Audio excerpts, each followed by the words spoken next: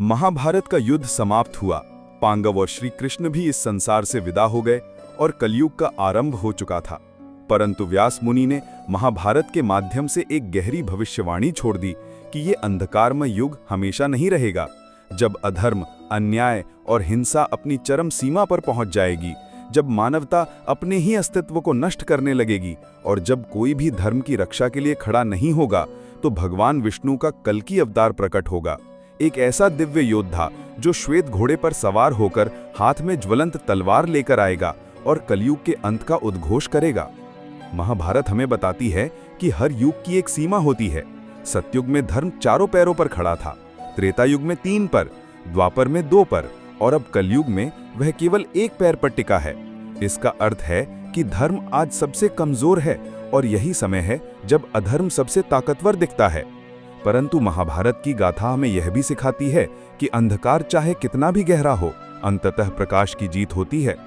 जैसे कुरुक्षेत्र की धरती पर अर्जुन ने श्री कृष्ण की गीता से प्रेरित होकर धर्म की रक्षा के लिए युद्ध किया, वैसे ही कल्कि अवतार अंतिम युद्ध में धर्म की स्थापना करेंगे और फिर से सतयुग का आरंभ करेंगे।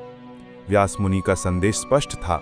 महाभारत केवल अतीत का इतिहास नहीं, बल्कि भविष्य का मार्गदर्शन है।